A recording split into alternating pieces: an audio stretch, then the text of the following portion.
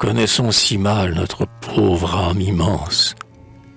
Elle est la mer, un infini, un élément qui ne cesse jamais et toujours recommence. Mais nous n'en savons bien que le commencement.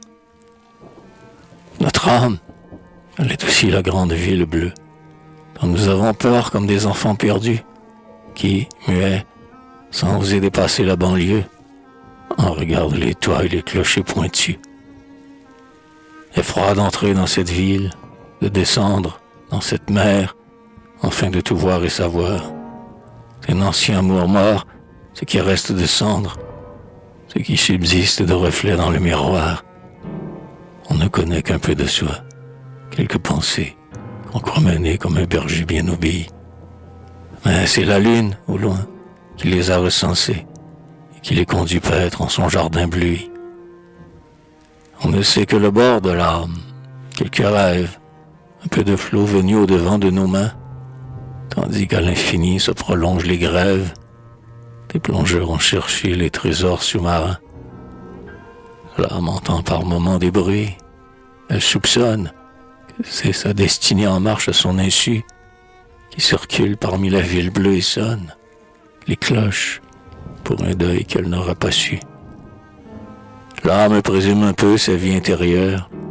Elle devine un peu par instant qu'il y a quelques enfants de cœur avec leur voix mineure qui cheminent dans elle en blanc alléluia.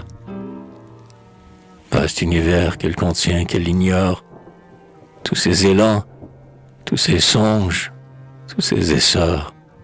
Tant de péchés nouveaux, une faune, une flore et des vaisseaux au fond de l'eau, pleins de trésors. Clair-obscur traversé d'ombres somnambuliques, désire s'évertuant sortir de la mer. Rêves ancien, cru mort est devenu relique, fruit d'or où fait son œuvre un invisible ver. Tant de choses que l'âme aveugle continue. Des rêves qu'elle sent et qu'elle ne voit pas. Une action sans but qui lui reste inconnue et dont on ne sait qui poursuit le canevas. L'âme s'effraie, sans trop peu de clairvoyance, devant cet infini dans elle refluant, et son entendement dans cette inconscience heurte la mer et meurt comme un pauvre affluent.